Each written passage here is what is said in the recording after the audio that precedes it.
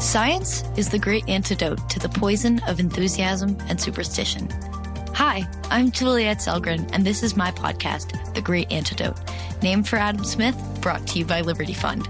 To learn more, visit www.adamsmithworks.org. Welcome back.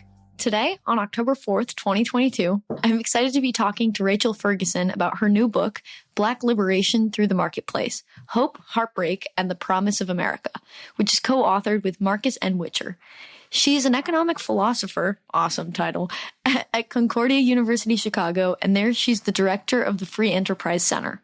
She's also an affiliate scholar at the Acton Institute. This book, guys, is so awesome because it wraps up so many things into one. You learn about classical liberalism and some of the key thinkers. You learn about how Black liberation goes hand in hand with the marketplace.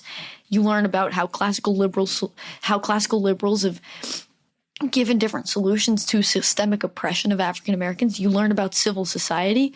I'm excited to talk about this. Welcome. Wow, thank you. That was quite a recommendation. Yeah, I mean, I liked it. So what is the most important thing that people my age or in my generation should know that we don't? Well, you may cover this kind of thing a lot on your show, but I think a lot of people your age are actually unaware of sort of how great it is today. So there's a lot of pessimism. It's almost like we're so luxurious, we don't realize how luxurious we are. And so one thing I always try to tell my students is, hey, guys, we're living in the richest, safest time in the history of the world, in an age of medical miracles, of, luxury like our ancestors just 3 or 4 generations ago just couldn't have even dreamed, in terms of being able to fly across the world and travel and do amazing things and live till we're 95, And so, I think it's easy to get caught up in a lot of the news stories about how, millennials can't afford a house. Well, what they mean is they can't afford a 2,000 square foot house like the ones their parents have now. But they certainly can afford the kind of house that their parents got in the 1970s, right? A little 700 square foot house with laminate floors. It's just that nobody wants that anymore because our standards have gone up. So I think it just helps to get some perspective to realize just how well off we really are comparatively to the rest of history. And we have our struggles, but we need to stay in reality about that. Yeah, I'm a big optimist, but there are a lot of pessimists out there. Oh, yeah. Even when you look at the facts, there's so many good books or websites, like gapminder.org has a lot of good, you can visually see. Yeah, humanprogress.org is another good one. Yeah, and I remember at the beginning of Principles of Macro, one of my professors, he put up this graph with figures on it, along with the economic growth and population growth graphs. And it's crazy. You see it's like Jesus, Thomas Jefferson, and then there's us. And it's just, it's miles apart, even though in the scheme of even human existence, us to Thomas Jefferson was not that long. It's crazy. It's crazy. So check out a visual. Yeah. And I think a lot of people maybe listening right now might think, well, that may be true in America, but what about in the rest of the world? And it's no, we're talking about the global marketplace and the fact that, for instance, abject poverty, which has been typical for human life, living under $3 a day for most of history, is now down to 8%. I mean, most people think poverty in the world is getting worse. It's totally false. It's getting much, much better overall. We may have seen a blip of it going down with COVID, but the general trajectory is very, very fast, getting a lot richer. So let's jump into those marketplaces. What brought this issue to you, and why write this book now? Yeah, great question. I mean, there's a lot of ways I could answer that question because I do have a background that made me sort of sensitive to the plight of Black Americans. I grew up in an extremely diverse background, even in my own household. So I had foster brothers who were from the inner city, in and out of the criminal justice system, lots of struggles. And so in the back of my mind, it was sort of always there as a kind of nagging question that needed to be answered. And I knew that the the typical sort of progressive social engineering kind of plans for Black Americans, particularly those in the inner city, were not working. I knew that they wouldn't work. And that's part of, being in the classical liberal tradition and understanding the problems with central planning. And so I thought, well, what will work? But I just had it sort of back there nagging until Ferguson blew up in St. Louis, and we had a huge amount of civil unrest over the course of a couple of nights. And of course, it made national news. Ferguson is very close to my house and close to the university that I was at the time. And as I got more involved in criminal justice reform efforts and other sort of classical liberal approaches in Ferguson, I began to talk to students and to fellow faculty about all of the classical liberal insights that exist on race and discrimination. A lot of people don't think of us as really being a good source, for those kinds of insights, but we really are. I mean, there's some amazing insights about the history of the minimum wage and others that people weren't aware of. So as I put together a series of lectures on this for my students and other things, slowly but surely, people started saying, you need to write this up. This needs to all be put together in one place where people can see that there's this sort of pro-Black classical liberal legacy. And it's a great way of breaking up some of the sort of tribal, polarized conversations we're having that are way too simplistic right now in our political conversation. And so I'm really hoping that it'll kind of break open that conversation and be a third way and be refreshing for people to have a different way to approach these very hot topics. And there's not really another book like it. You guys explained that it's an anti-tribal project of ideological unbundling. The word unbundling reminds me immediately of consumption bundle from econ, but also like public choice and voting. That's how we look at voters' preferences a lot of the time. But like, can you unpack what that entire phrase means for us? Yeah, and you may have some great challenges for me on this, because the truth is that I'm not a political scientist and I'm not an economist. I'm a philosopher, which means that my first job in my own mind is to figure out what's real and what's true, right? And so I need to take every issue that arises on its own. I need to consider it by itself, not just as a plank in somebody's party platform. And philosophers are allowed to think outside of the box, I guess I would say, and to think with what I might call moral imagination. Yeah, things might be presented a certain way right now, but that doesn't mean that's how they have to be presented or how they have to be bundled together. And so one thing we notice when we look at party platforms is that oftentimes there are things that go together that didn't used to go together, or that don't have to go together, or that don't go together philosophically. And I certainly feel that way as someone running in libertarian and classical liberal circles, because we've always borrowed, I shouldn't say borrowed, but we've agreed with one side on some things. Let's say we've agreed with conservatives on fiscal conservatism, but we've agreed with the other side on other things, like our sensitivity to things like the failures of the drug war or the problems of mass incarceration. And so I wanted to sort of give the readers permission to let go of those loyalties for a moment and to think of each of these issues one at a time. So that's what I mean by unbundling. Think of these issues one at a time and think about what it would do to bring a certain set of political principles, and I offer classical liberal ones as an example, to these different issues, and notice that it brings us to very different conclusions from what the party platforms would have us see. It's crazy. No, not even crazy. It's funny that you say that I could push back on that, because we just got finished with this unit of learning about voting and like how we model voting and how we look at that in the public choice realm. With econ. And it's interesting because you can either look at a graph where on each axis you have the amount of spending or the amount of like a service you want. So like a policy on either axis, or you can look at an axis where you have on one end, it's like the amount of government intervention, for example, that a lot of models base themselves off of that. And it's funny because for me, being libertarian and classical liberal, I'm like, oh, well, pretty close to zero.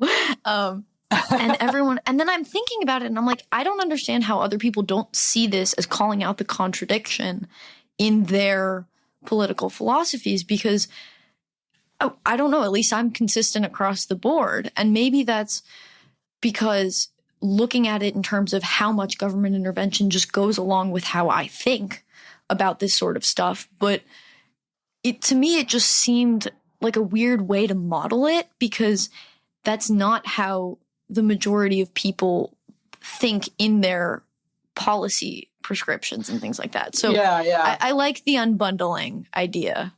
I think formerly, that we used to say 20 years ago, I don't know if they say this anymore in libertarian circles, but we used to say, we're fiscally conservative and socially liberal or something like that. And so we would have seen the left as being high on government intervention when it comes to the economy, and the right is being high on government intervention when it comes to your personal life. But as we can see now, both sides are very high on government intervention on both areas. They just want to forward different views of how society should look. So I mean, yeah,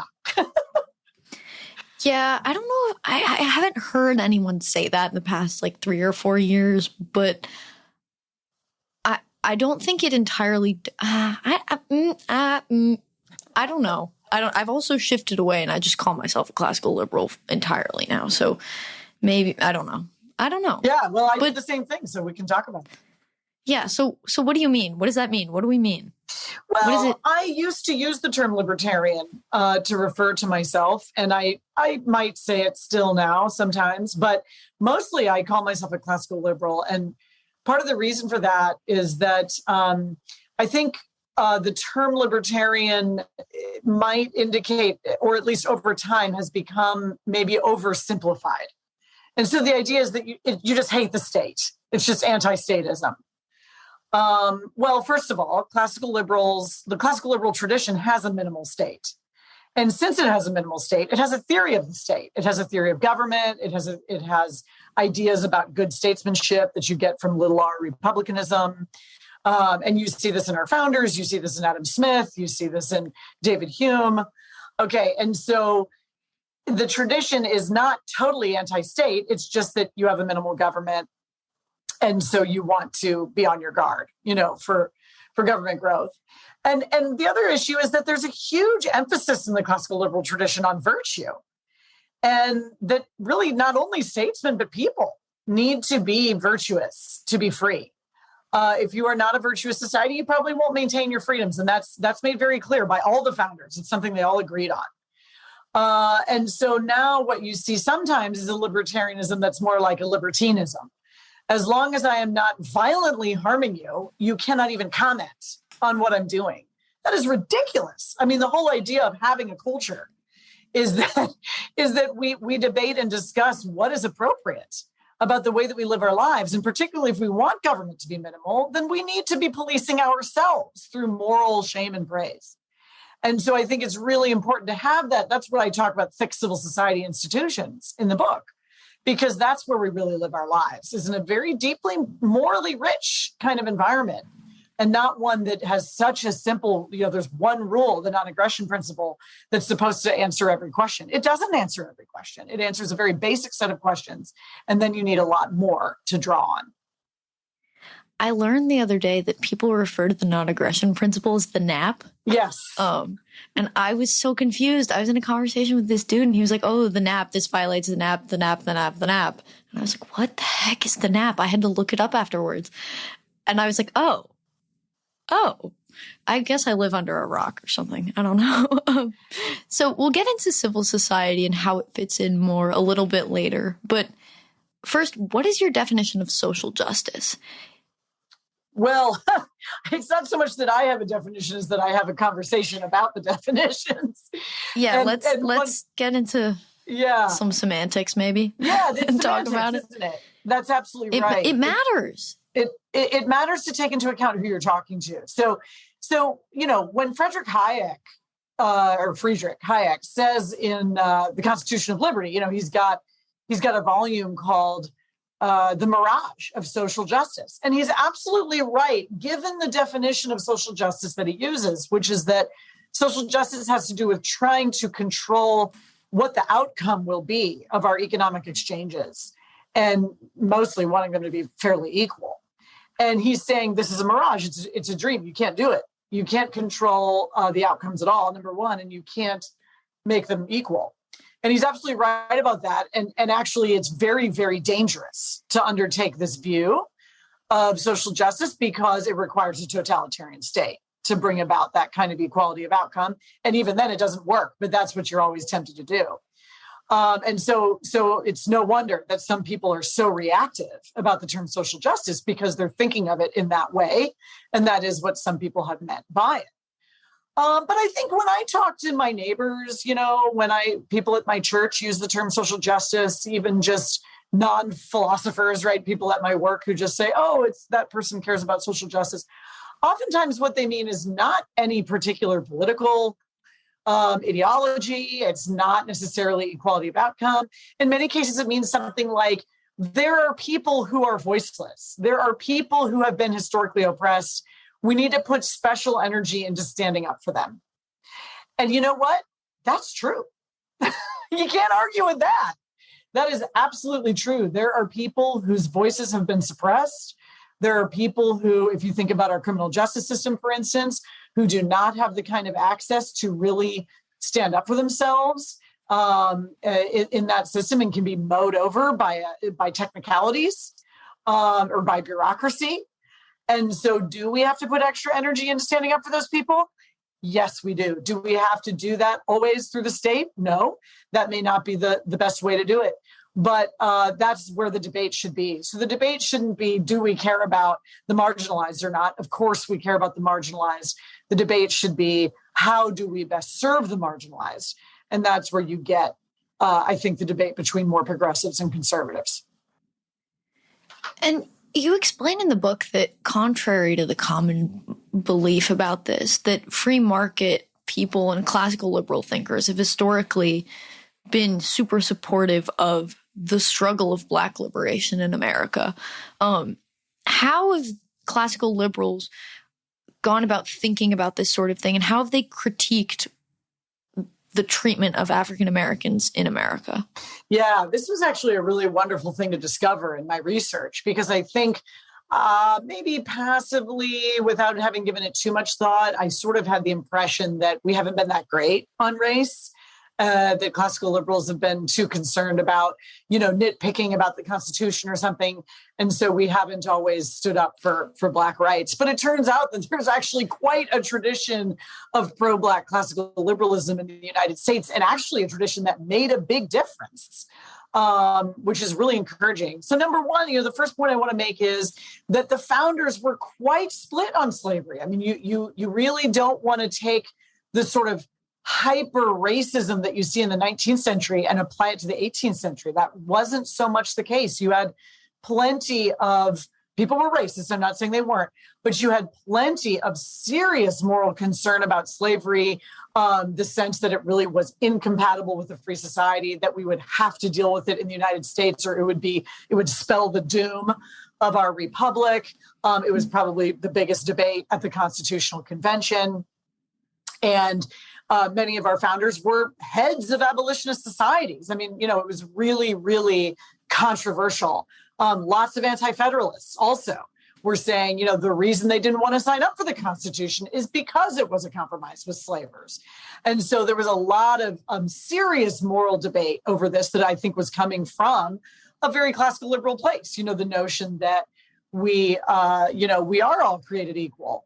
And we do have inalienable rights given to us by our creator. So that's the first point. But the second point is that actually a big chunk of the abolitionist movement were classical liberals. And I didn't even know this. We've all heard of William Lloyd Garrison and his famous newspaper, The Liberator. It was so important.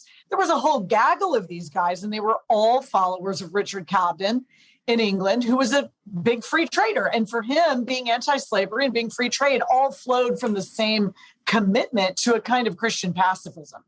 And the idea was that whenever you can avoid coercion, you should. So that means I'm against the Corn Laws and I'm against slavery because they're both coercive, And William Lloyd Garrison actually said he wanted to close down every tariff house in the world. I mean, he was a very extreme free trader. And so it was really interesting to see how that passion for free trade went right along with his passion for abolitionism. Of course, his student, or a person who became his student, Frederick Douglass, initially agreed with Garrison's condemnation of the Constitution because of its compromise with slavers. But it was actually another libertarian thinker, Lysander Spooner, who changed Douglass's mind. And Lysander Spooner said, you know what? You should just read the Constitution like a contract and hold people to their word.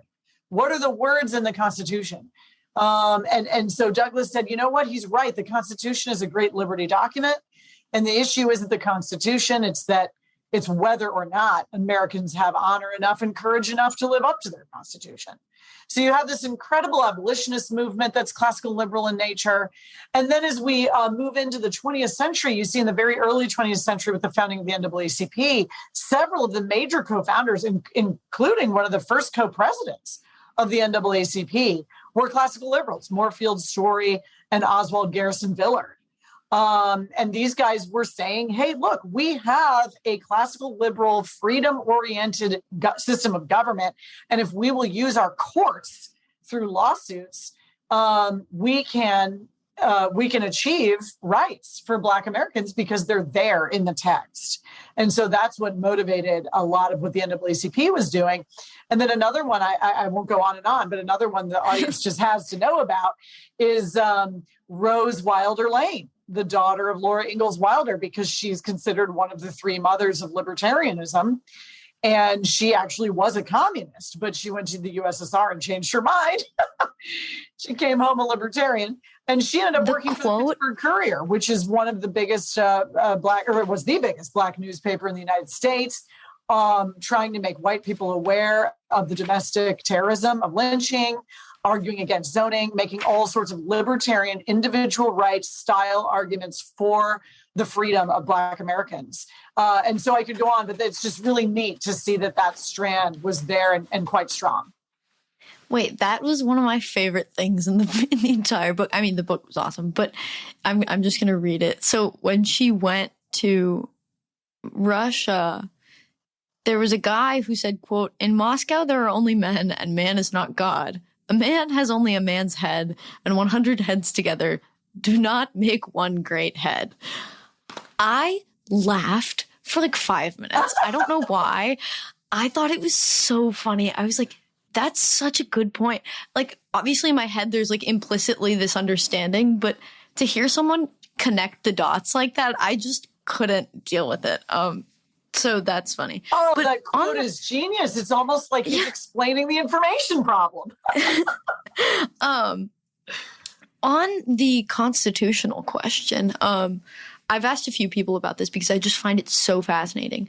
Where do you fall? Is the Constitution a pro-slavery document, or is it pro-liberty, or somewhere in between?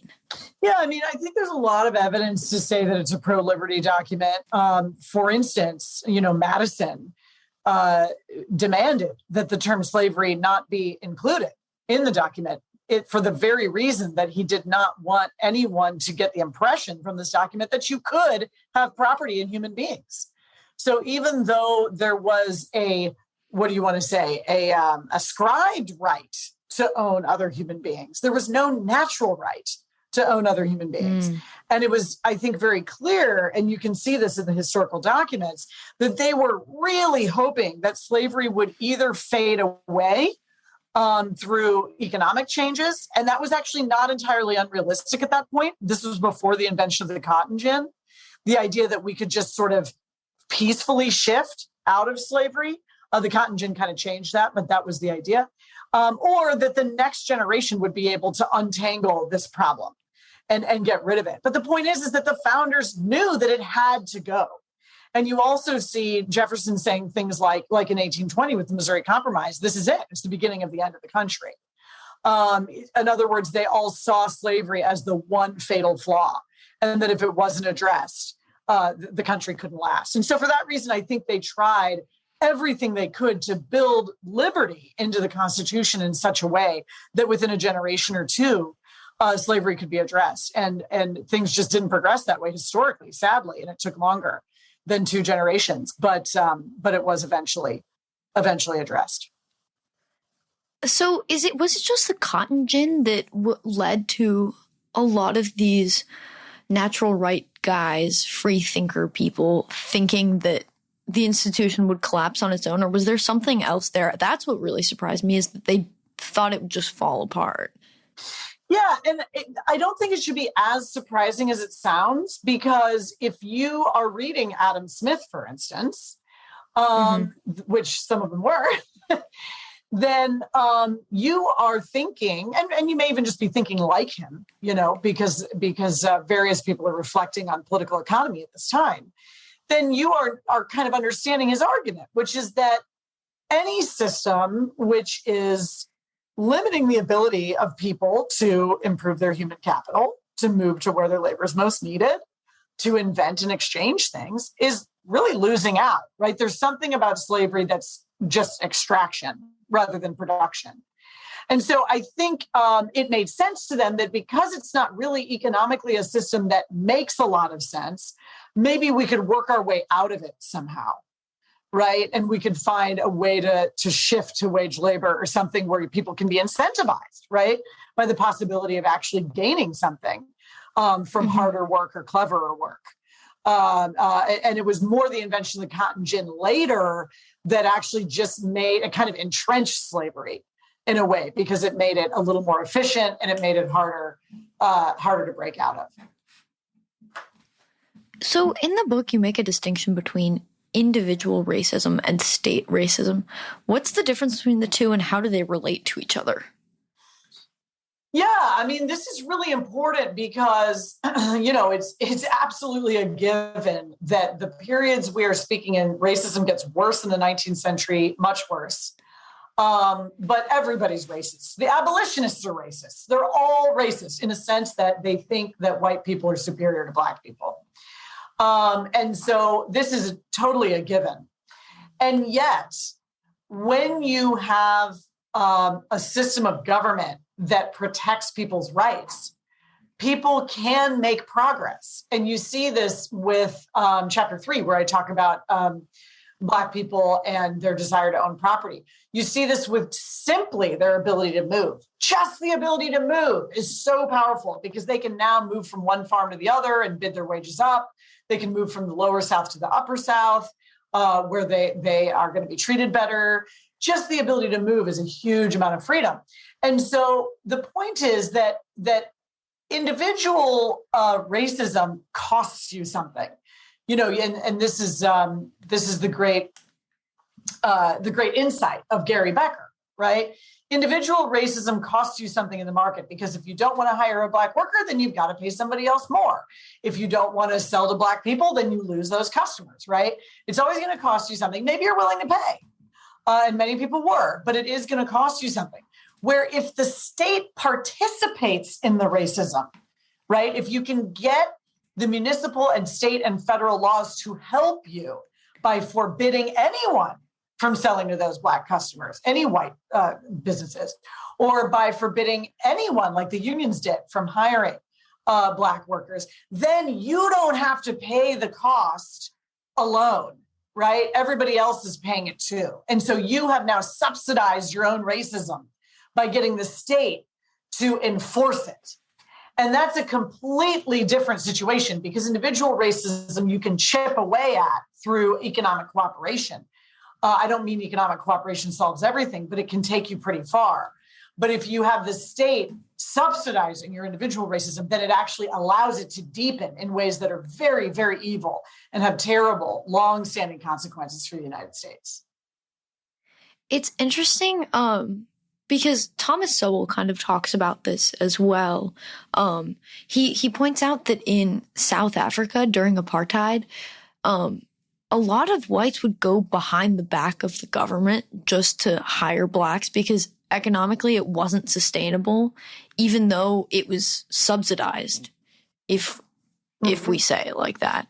Which it's just interesting that they would actually hire them. But then again, they were paid to work beforehand. They weren't just owned the way things were in the United States. Well, so it's but I mean, you do, and a lot of what I'm talking about here is less slavery, but after slavery, right? Where you have Jim Crow and you have the Black codes and you have convict leasing and all forms of oppression that become kind of a hodgepodge of laws as opposed to just being enslaved. And you actually see businesses pushing back on them, right? You see the trains and streetcars pushing back and saying, we don't want to have a separate train for Black people. Do you know how expensive that is? Do you know how alienating that is to our customers, our Black customers? We don't want to do this. Stop making us do this. And so they try to push back, but they're voted down. Yeah, I mean, wasn't Plessy v. Ferguson done in part because the train company didn't want to have to deal with it anymore? Like, it was set up because they thought the ruling would fall one way? Yeah, that's right. They wanted out of this deal because it was nothing but higher costs for them. And if you look at the section in my book on unionization, you can see the same thing. I think there's a popular idea that employers tried to set Black workers and white workers against one another or something like that. In order to break, because there's this idea that, employers wanted to break up their class solidarity. But that is not what happened. There is no evidence for that.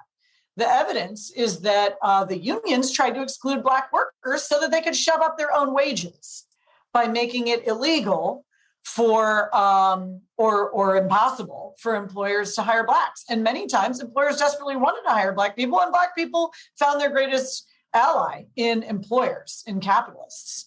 And so we see a very, very different story coming out of the actual historical research than what you're often presented from this sort of bourgeois versus proletariat story that we often get.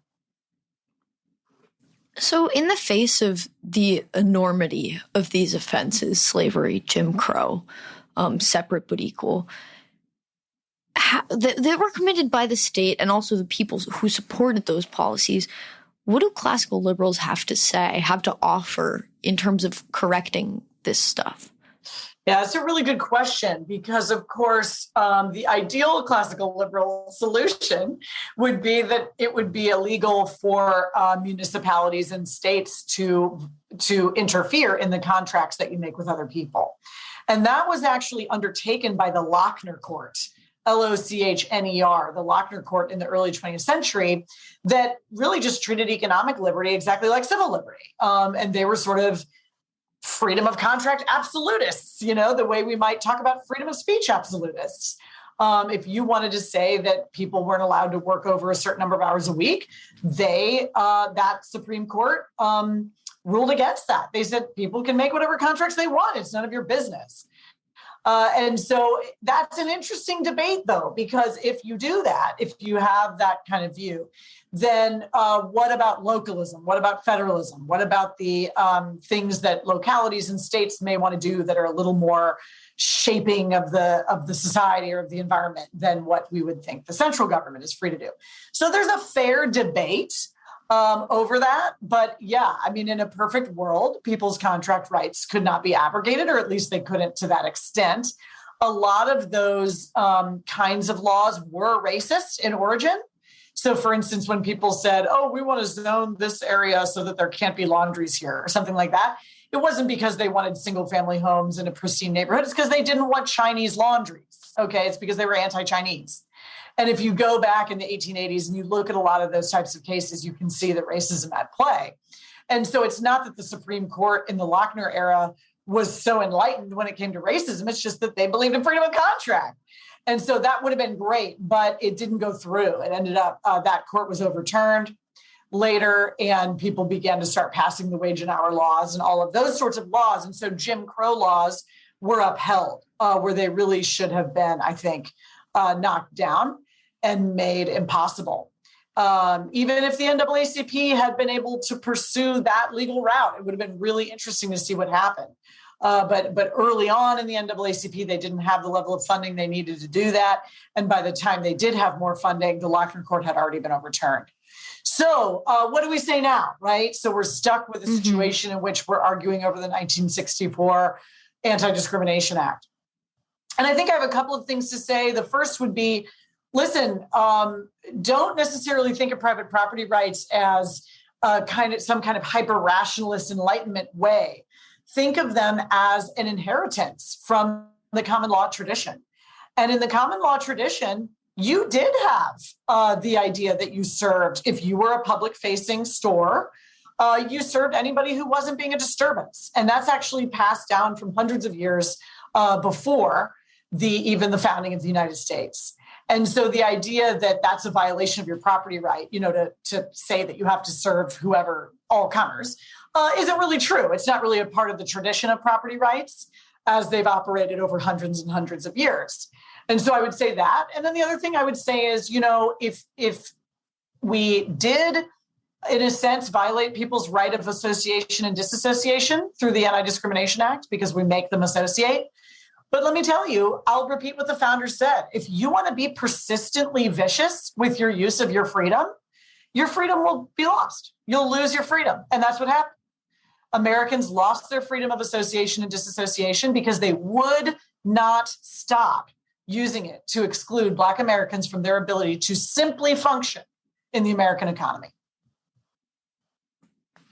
So how do things like educational freedom fit into this? Well, once we get through sort of our survey of Black American history, and at the end we talk about things that we think affect Black Americans disproportionately, but really affect all Americans, right? Whether that's education, mass incarceration, the drug war, welfare, perverse incentives, and things like that. And so what we say at the end is, let's look at some solutions for any group that is somehow stuck economically, whether they're white or Black or Latino or whatever. And what we say is, there's a couple of things that are just obvious solutions. We talk about criminal justice reform, economic freedom, and then our other big policy solution is educational freedom. And what we see there is that if you know about our history of highways, urban renewal, FHA redlining, it just stacks and stacks and stacks, and also including, of course, the perverse incentives of the welfare state. What you know is that some of our inner cities were literally designed. We socially engineered things in such a way that we left poor Black people behind in the inner city, surrounded by huge concrete walls, those are the highways, separating them from others and economically isolating them in a way that was bound to create the kind of high crime, high poverty, destabilized neighborhoods that we have today. So the idea that we are now going to we're going to continue tying their access to education to their zip code only adds insult to injury, right? It just perpetuates the injustice of the kind of progressive, massive federal social engineering that went on in the mid 20th century. And so what we want to do is attach that funding to the student, not to the system, allow competition to come into the system so that we can have a lot of creative things to do when we're dealing with a population that's deeply traumatized. We need to be very, very creative when it comes to serving kids who have a chaotic, neighborhood that they're coming from. And we need to come up with really great ways to help them break out of that through new kinds of education. And so we just think truly that educational freedom is the rights issue, the justice issue of our day. And what about civil society? There's an intersect between that and education, but what role does civil society have to play? And how do we, I don't know if I want to say how do we get it to play that role, but how do we invite it back into the fold? Yeah, I think the concept of civil society should be front and center for every classical liberal, because if the government's not going to do it, and it's not the kind of thing that the market does, right? The market doesn't do everything. It only does some things. Then it's going to be done by civil society. And it's like Tocqueville said, in England and France, it'll be some lord or some government project, but in America, they start a club.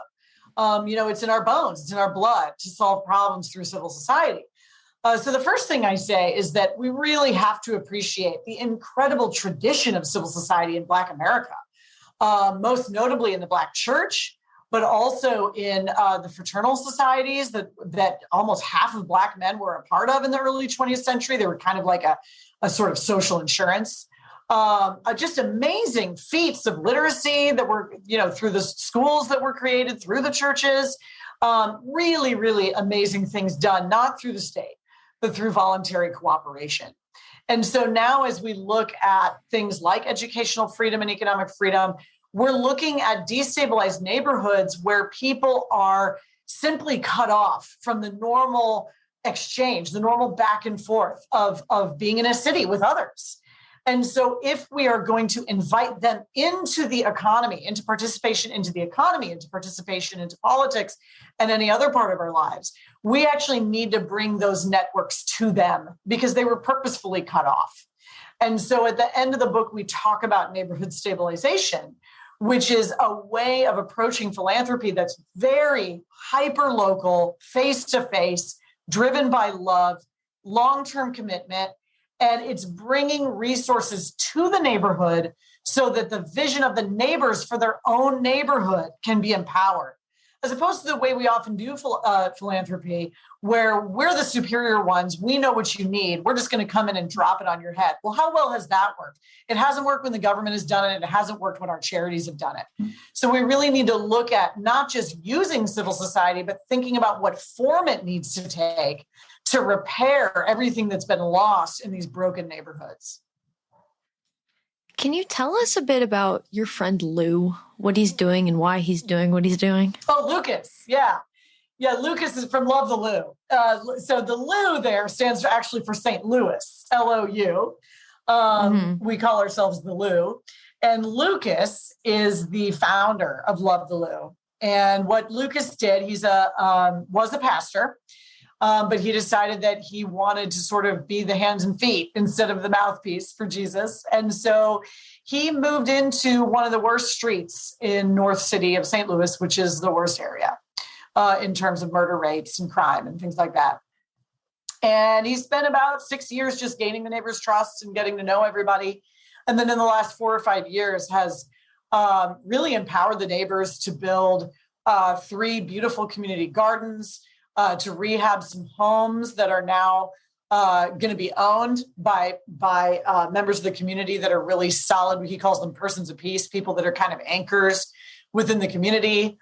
He's got 40 kids that have now graduated high school. These are kids that, would have joined gangs, would have gone to jail. And instead they've got jobs. They're going to college.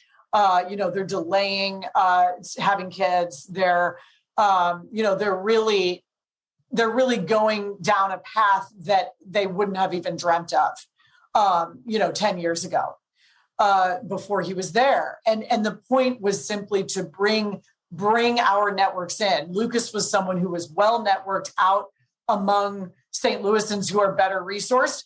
And he could bring in, if there was somebody who wanted to start a business, he had a business mentor for that person. He can bring kids out to have empowered experiences, to visit a campus or visit a corporation and see all of the possibilities that are in front of them. And so the point of neighborhood stabilization and of what Lucas is doing is that we really have to walk through life with people. That's the only way to repair what's been lost, because all of those things that I go over in chapter 7 and 8 of the book and more have really broken down these cultures in these neighborhoods. The families have been broken down. The economic centers were mowed down to create the highways. So much was destroyed. And you can't send somebody a check in the mail to solve that. And, starting a jobs program doesn't solve that. You have to be with people because their problems are multivarious, right? And so you have to be nimble. You have to be ready to help them in whatever way arises. But you also have to be someone who is saying to them, what's your vision? Help me to carry out your vision, and actually letting people communicate and listening to what they want for their own neighborhood, so that it's not you running the show, but rather them. The only people who are really going to solve the problem in destabilized neighborhoods are the neighbors themselves. It's just that they need to be empowered by people who have better resources and better networks. So one final question before we go on to the real final question. Can you really quickly give us I don't know if I want to say defense of capitalism, but what do you say to people who say that free markets and capitalism are inherently evil and are evidence to slavery and all of that? Because to me, based on everything we've talked about, it seems the opposite. Yeah, well, I spent chapter 2 dealing with the new historians of capitalism. And so I do try to show that their analysis is just wrong. In some cases, it's just like mathematically wrong. Like they've just made very simple math mistakes in understanding the role of slavery in the economy. But if I guess I can do a two-parter. I can go back into history and say, look at the South versus the North. The Southern planters were the only ones with wealth. The rest of the society in the South did not have wealth. They weren't any richer than the Northern industrialists. When Frederick Douglass moved up to the North, he was shocked by how well off Northern workers were. Their lives were way, way better than the lives of poor whites in the South. Because why? There's just a better, stronger middle class. And if you look all over today at global capitalism, what you're seeing, and we literally look at Brookings, we've literally just passed this line. Over 50% of the people in the world are middle class within their own economy. So I don't mean they're like an American person who's middle class. I just mean they're neither poor nor rich. They're in the middle. And that is not something that ever existed before the advent of capitalism. You were either a rich nobleman or you were a serf. There wasn't a whole lot in between, right? But the merchant class broke all that up and they broke it open. And because of the innovation of the entrepreneurial class, you can have regular Joe Schmo people living comfortable lives. They're not necessarily rich, but they're not poor. And so that's happening all over the world. And then the distribution of wealth, people are freaking out about inequality because you have a few people who are astronomically rich. But what they should be looking at is distribution. What is the distribution of wealth throughout the economy? And even if you have astronomically rich people, if you have a huge middle class, you've got a nice, stable economy. And that's what you want. That's also more politically peaceful because middle class people don't want to have a revolution. They don't need to burn everything down because they've got a college fund for their kid, And so I think when you look at the results, you can really see that capitalism is incredibly productive, and then it helps out those who are less well off. It's not just for the rich. But I want to temper that by saying this. There's nothing wrong with being on our guard against greed and consumerism. Everybody's greedy, no matter what economic system you're in. But in capitalism, it's true that it's easy to get a little focused on money or stuff.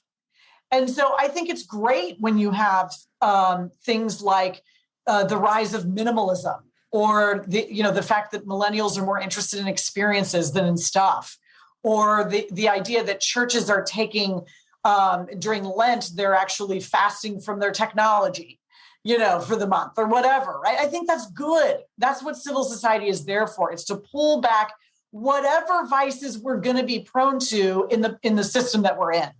And every system has its own vices. And so could capitalism make you too consumerist? Yeah, it probably could, right?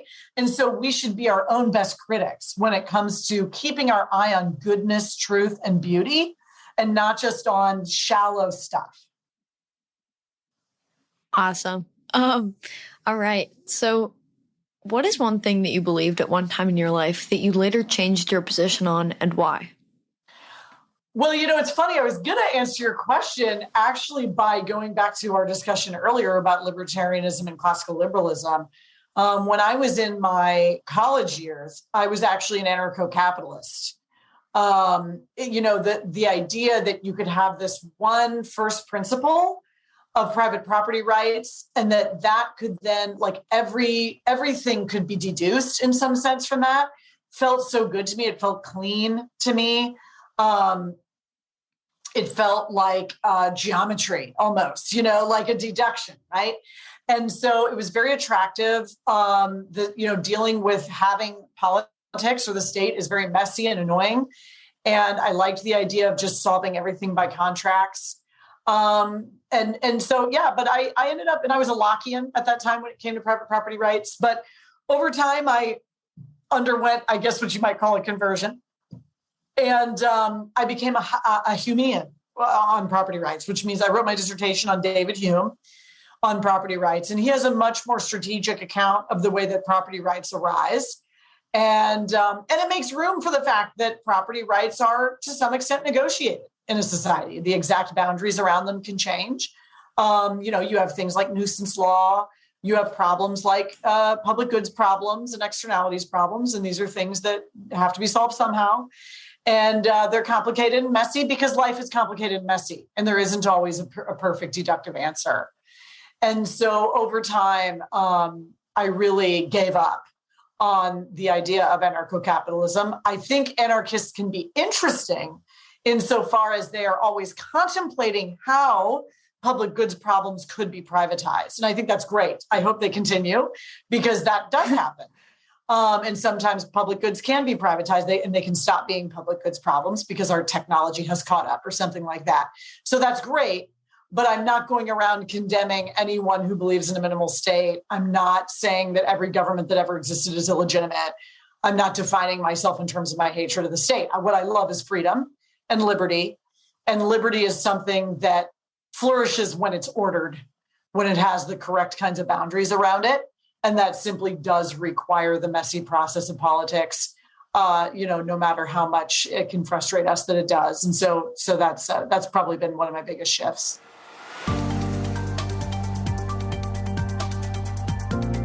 Once again, I'd like to thank my guest for their time and insight, and I'd like to thank you for listening to the Great Antidote podcast. The Great Antidote is sound engineered by Rich Goyette. If you have any questions, any guests or topic recommendations, please feel free to reach out to me at thegreatantidote@gmail.com. Thank you.